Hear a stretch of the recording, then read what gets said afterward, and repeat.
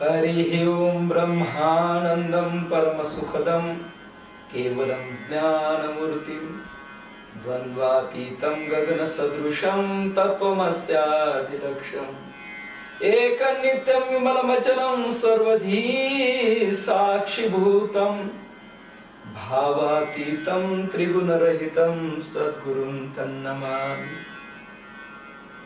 ओम मृत्युंजयाय रुद्राय नीलकंठाय शंभवे अमृतेशाय शर्वाय महादेवाय ते नमः। परम मंगलमय परम पावन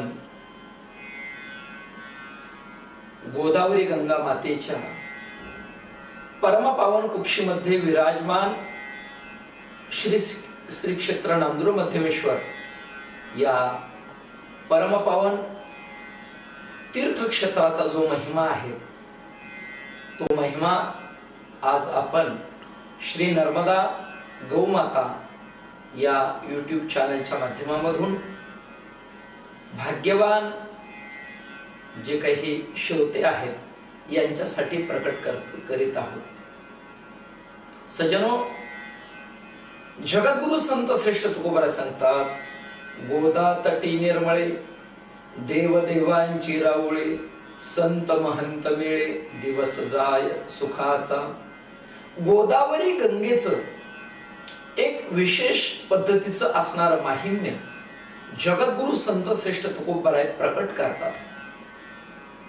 गोदावरी गंगेच्या तीरावरती गोदा तटी निर्मळे, जसं माऊली ज्ञानोबाराय श्री गुरूंचं वर्णन करत असताना जय जय देव निर्मळ या न्यायाने आपल्या असणाऱ्या श्री गुरूंची महती प्रकट करत असताना माऊली ज्ञानोबाराय जी निर्मलता आपल्या श्री गुरूंना देतात तशाच पद्धतीची निर्मलता तुकोबाराय गोदावरी गंगेच्या बाबतीमध्ये प्रकट करतात। गोदा तटी निर्मळे देवदेवांची राऊळे या असणाऱ्या पुण्यसलीला गोदावरी गंगेच्या किनाऱ्यावरती अनेक देवता असतील। देव शब्दामध्ये दिव नावाचा धातू आहे, त्याचा अर्थ प्रकाश, आणि हा प्रकाश म्हणजे ज्ञानाचा प्रकाश। असा ज्ञानाचा प्रकाश देणारा जो भगवान परमात्मा आहे, जो देव आहे, अशा देवाचा सुद्धा निवास या पुण्यक्षेत्रामध्ये पुण्यसलीला गोदावरी गंगेच्या परमपावन किनाऱ्यावरती आपल्याला पाहायला मिळतो। आणि सर्वात महत्वाची गोष्ट संत महंत मेळे या न्यायाने संत महात्म्यांचे मेळे, जसं कुंभमेळा शब्द आहे, या कुंभमेळा शब्दामध्ये मेळा म्हणजे समुदाय, अनेक संत महात्म्यांचा वास या पुण्यसलीला गोदावरी गंगा मातेच्या किनाऱ्यावरती आपल्याला पाहायला मिळतो। आणि म्हणून या निर्मळ क्षेत्रामध्ये ज्या ठिकाणी देव आणि देवतांची राऊळं आहेत, मंदिरं आहेत, देवालय आहेत, ज्या पुण्य पावन क्षेत्रामध्ये संत महात्म्यांचे मेळे आहेत किंवा समुदाय आहेत, एका संतांची भेटी होणं दुर्लभ असतं, परंतु या पुण्यक्षेत्रामध्ये गोदावरी गंगेच्या परमपावन किनाऱ्यावरती अनेक संत महात्म्यांचं वास्तव्य प्रकट रूपाने गुप्त रूपाने आपल्याला अनुभवायला मिळतं। आणि अशा सानिध्यामध्ये दिवस जाय सुखाचा, याचा अर्थ जगद्गुरु संत श्रेष्ठ तुकोबारायांना सांगायचंय की या परमपावन सानिध्यामध्ये खरोखर जर त्या ऋषीमुनींचं स्मरण केलं, त्या देवदेवतांचं स्मरण केलं आणि या परमपावन किनाऱ्यावरती जर साधना केली तर दिवस जाय सुखाचा। काळ सारावा चिंतने एकांतवासी गंगा स्नाने देवाच्या दर्शने प्रदक्षिणा तुळशीच्या सांगितलेले काळ सारावा चिंतने एकांतवासी गंगा स्नाने। आणि म्हणून बरोबर प्रत्येक साधकाने जर या पुण्य पावन किनाऱ्यावरती साधना जर केली तर त्याचं जीवन पुनीत पावन होईल। म्हणून असे गोदावरी गंगेच्या परमपावन किनाऱ्यावरती असणारे जे तीर्थ आहेत, जे क्षेत्र आहेत, त्या क्षेत्रामध्ये काही क्षेत्र अग्रगण्य अशा पद्धतीची मानली गेलेली आहे.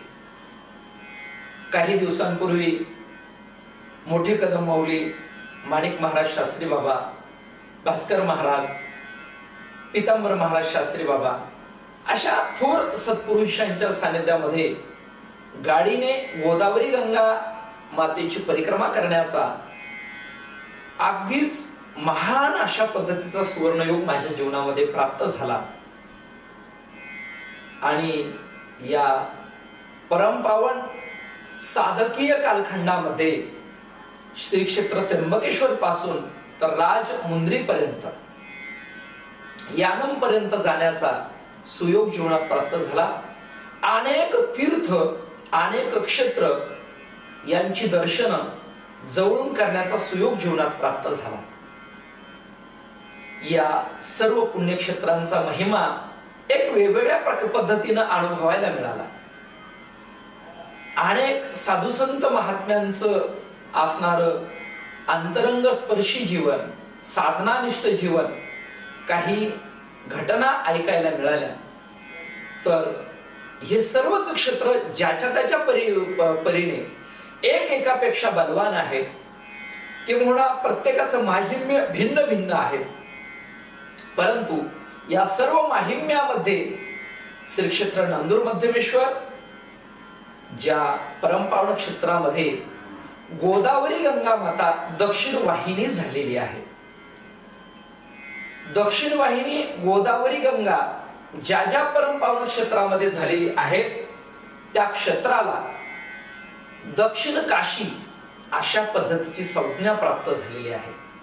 त्यापैकी माझं सद्भाग्य असं आहे की ज्या परमपावन भूमीमध्ये माझा जन्म झालेला आहे, तीच परमपावन भूमी माझी जन्मभूमी. जननी जन्मभूमिष्य स्वर्गादपि गरीयसी, असं ज्या क्षेत्राचं माहिम्य गायलं जातं, जन्मभूमीचं माहिम्य गायलं जातं.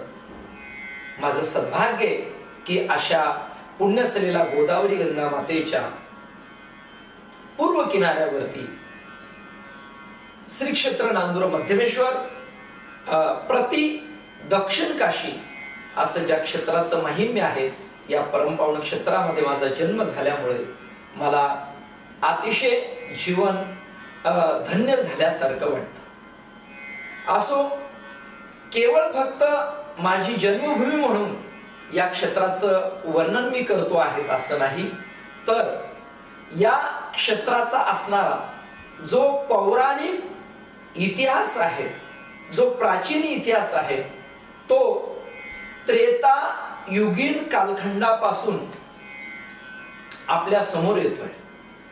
अर्थात कृतयुगामध्ये सुद्धा या परमपावन क्षेत्रामध्ये अनेक घटना घडलेल्या आहेत.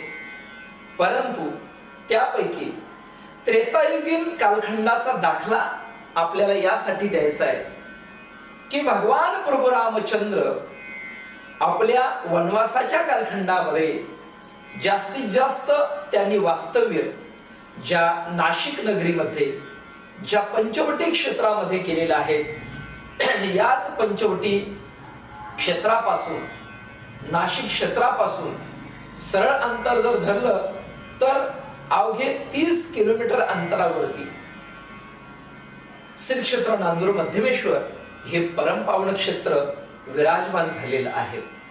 आणि म्हणून प्रभू रामचंद्रांचा असणारा पौराणिक प्राचीन त्रेतायुगीन जो इतिहास आहे, तो या क्षेत्राला प्राप्त झाल्यामुळे या दक्षिण वाहिनी क्षेत्राचं महत्व, महात्म्य अधिकच वाढलेलं आहे. अर्थात याच परमपावन क्षेत्रामध्ये भगवान प्रभू रामचंद्रांनी मारीच मामाला बाण मारलेला आहे. ज्या स्थानापासून रामचंद्र प्रभूंनी बाण मारला त्या स्थानाचं नाव बाणेश्वर झालेले आहे. अर्थात नांदूर मध्यमेश्वर या क्षेत्राच्या पश्चिम बाजूला दक्षिण तीरावरती बाणेश्वराचं सुंदर अशा पद्धतीचं प्राचीन देवालय आहे. या स्थानापासून बाण मारल्यामुळे या शिवालयाचं नाव बाणेश्वर असं पडलेलं आहे. आणि ज्या ठिकाणी मारीच मामांना बाण लागला या स्थानाचं नाव मृग व्याधेश्वर पडलेले आहे. मृग म्हणजे मारीच मामाने मृगाचं रूप धारण केलेलं होतं म्हणून मृग. आणि व्याध शब्दाचा अर्थ आहे शिकारी. रामचंद्र प्रभूंनी मृगाला म्हणजे मारीच मामाला बाण मारला आणि मारीच मामाची शिकार केली. आणि म्हणून मृगाचा वेध घेणारा, मृगाला मारणारा शिकारी व्याध म्हणून मृग व्याध. आणि अशा मृग व्याधाचा ईश्वर म्हणून मृग व्याधीश्वर अशा पद्धतीनं नाव या पुण्यपावन क्षेत्रामध्ये पडलेलं आहे. अर्थात मृगव्याध कोण आहे तर रामचंद्र प्रभू हे मृगव्याध आहे. आणि अशा असणाऱ्या मृग व्याधाचा ईश्वर म्हणून स्थापित झालेले जे शिवलिंग आहे त्या शिवलिंगाचं नाव मृग व्याधीश्वर अशा पद्धतीने दिलं गेलेलं आहे.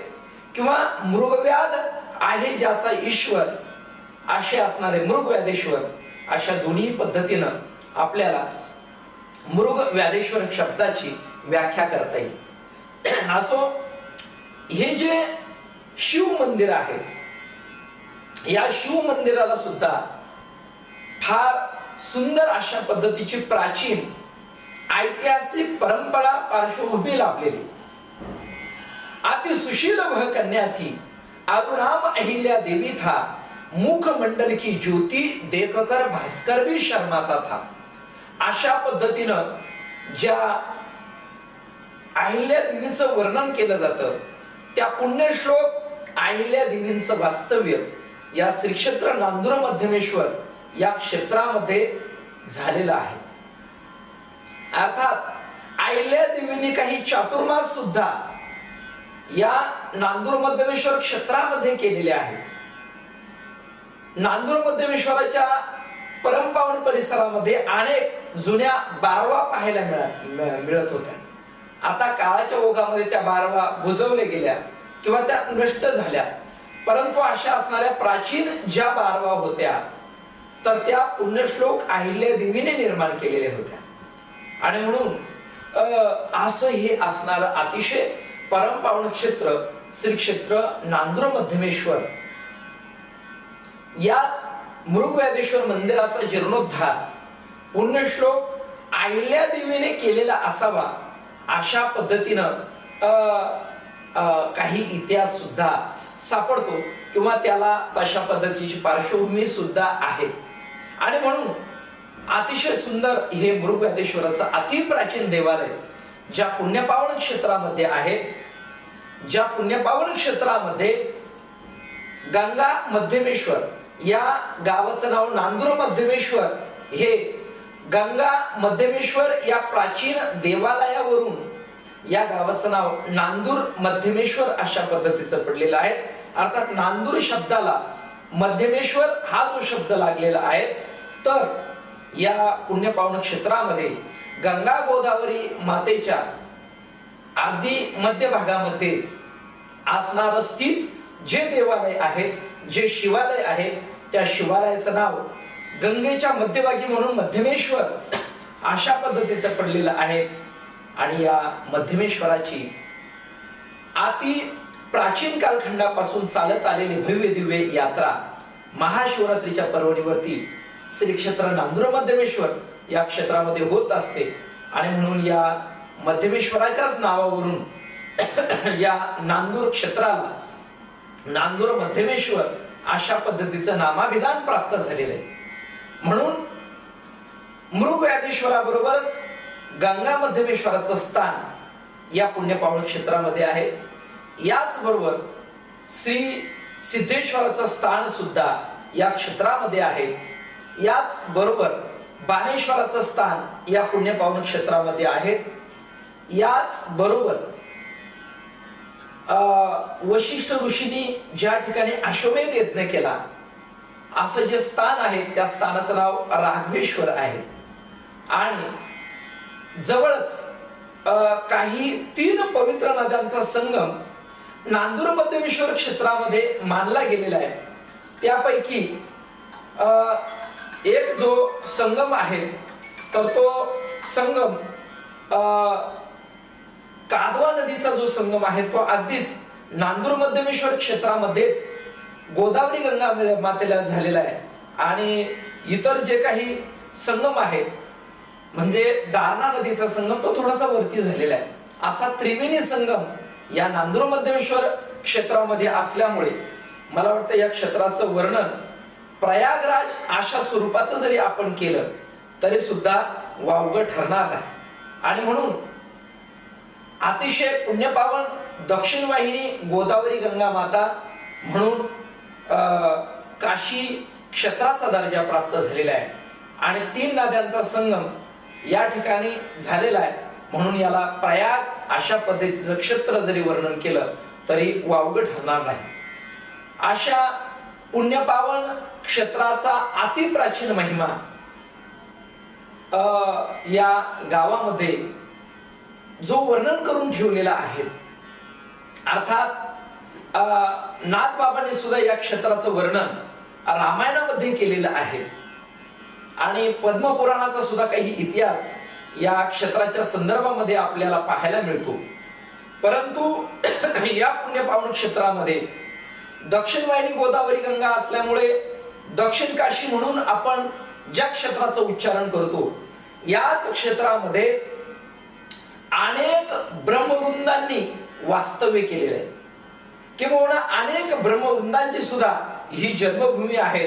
त्यापैकी असणारे एक जे ब्रह्मवृंद आहे तर या ब्रह्मवृंदानी एक अतिशय सुंदर पद्धतीचा अभंग या क्षेत्राविषयी करून आणि या क्षेत्राचा असणारा दिव्य महिमा जो आहे तो प्रकट करून ठेवलेला आहे.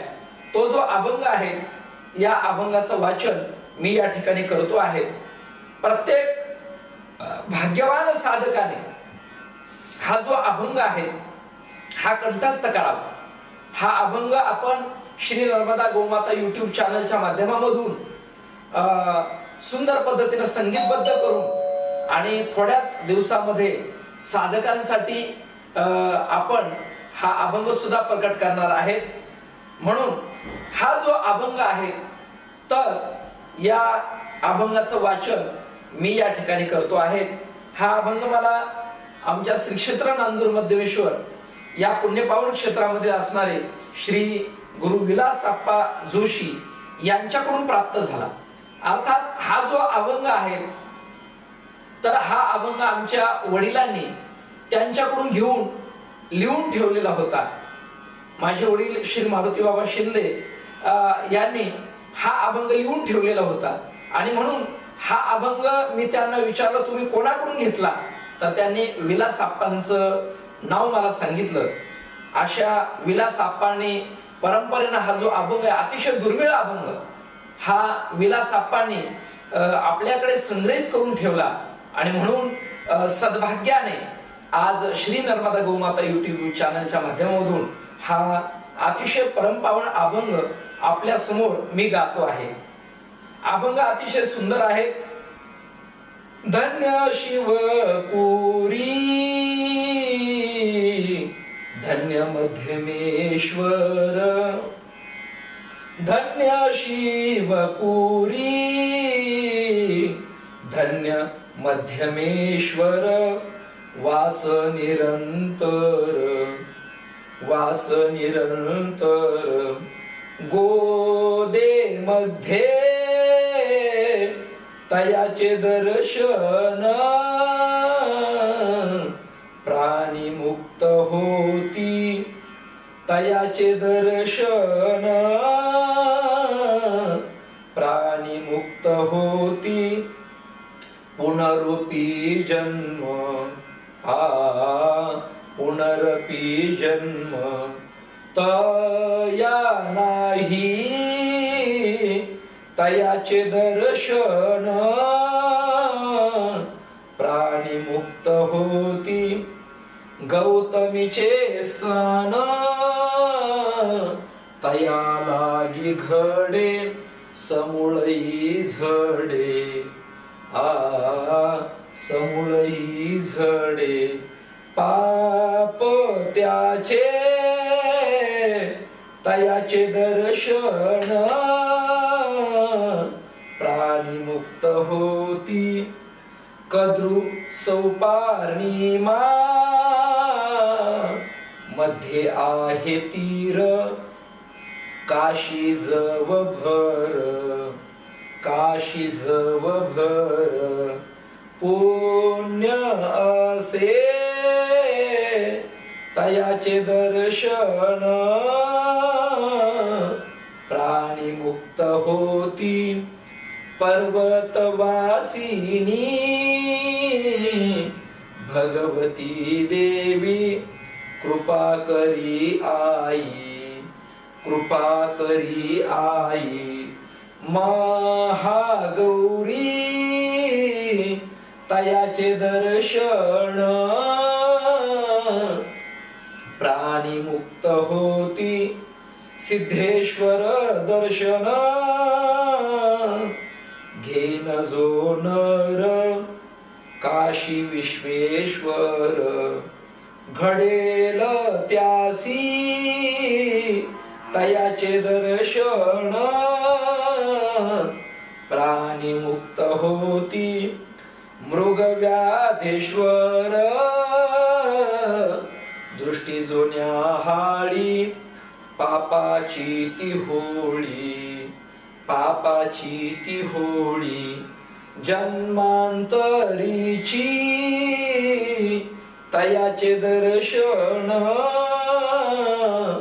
प्राणी मुक्त होती पंचतीर्थ संगम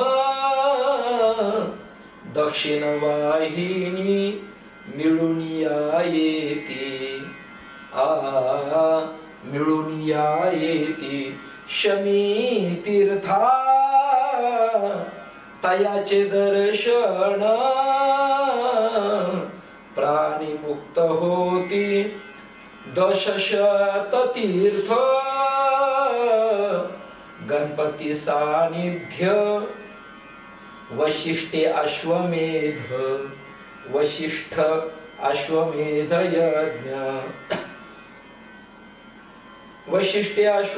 यज्ञ केला तयाचे दर्शन प्राणी मुक्त होती विठ्ठलाची मूर्ती वैष्णव भजती गजर करती भजनाचा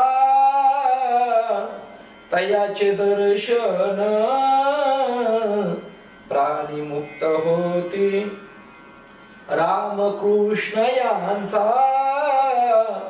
जया क्षेत्री वास नित्य येती दास दर्शनासी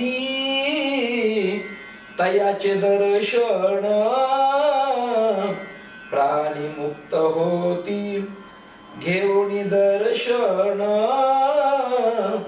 करावे चिंतन तयासी बंधन तयासी बंधन न लगे कोठे तयाचे दर्शन प्राणी मुक्त होती आयशा पुण्यक्षेत्री करी अन्नदान तया नारायण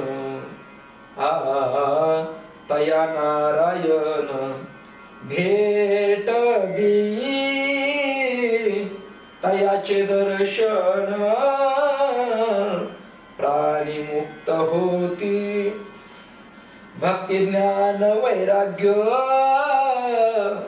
तोची साधू खरा शरण उद्धारा जाई त्वरे तयाचे दर्शन प्राणी मुक्त होती सद्गुरु चरणी ठेविता विश्वास, गेली आशा पाश, गेली आशा पाश, निवारोनी तयाचे दर्शन, प्राणी मुक्त होती। रात्रंदिवस तुम्ही करावे चिंतन, रात्रंदिवस तुम्ही करावे चिंतन, होय समाधान, होय समाधान। दास म्हणे तयाचे दर्शन, प्राणी मुक्त होती। पुनरपि जन्म, पुनरपि जन्म तया नाही, तयाचे दर्शन, प्राणी मुक्त होती। सज्जनो, हा अतिशय सुंदर आणि प्राचीन अशा पद्धतीचा हा जो अभंग आहे, हा अभंग मी आपल्या समोर गायलेला आहे। धन्य शिवपुरी धन्य मध्यमेश्वर वास निरंतर गोदेमध्ये, तयाचे दर्शन प्राणी मुक्त होती, पुनरपि जन्म तया नाही। गौतमीचे स्नान तया लागी घडे, समूळे झडे पाप त्याचे। कद्रू सौ पौर्णिमा मध्ये आहे तीर, काशी जोभर पुण्य असे। पर्वतवासिनी भगवती देवी, कृपा करी आई महागौरी। सिद्धेश्वर दर्शन घेईल जो नर, काशी विश्वेश्वर घडेल त्यासी। मृगव्याधेश्वर दृष्टी जो निहाळी, पापाची ती होळी जन्मांतरीची। पंचतीर्थ संगम दक्षिण वाहिनी, मिळून या येती शमी तीर्था। दशशत तीर्थ गणपती सानिध्य, वशिष्ठे अश्वमेध यज्ञ केला। विठ्ठलाची मूर्ती वैष्णव भजती, गजर करती भजनाचा। रामकृष्ण यांचा जया क्षेत्री वास, नित्य येती दास दर्शनासी। घेऊन दर्शन करावे चिंतन, तयासी बंधन न लगे कोठे। आयशा पुण्यक्षेत्री करी अन्नदान, तया नारायण भेट देई। भक्ती ज्ञान वैराग्य तोची साधू खरा, शरण उद्धारा जाई त्वरे। सद्गुरु चरणी ठेविता विश्वास, गेली आशा पाश निवारुणी। रात्रंदिवस तुम्ही करावे चिंतन, होय समाधान दास म्हणे। या न्यायाने हा 16 कडव्यांचा अभंग अतिशय सुंदर पद्धतीचा त्या ब्रह्मवृंदाने करून ठेवलेला आहे। या पुण्य पावन क्षेत्रामध्ये फार सुंदर पद्धतीचा इतिहास घडलेला आहे।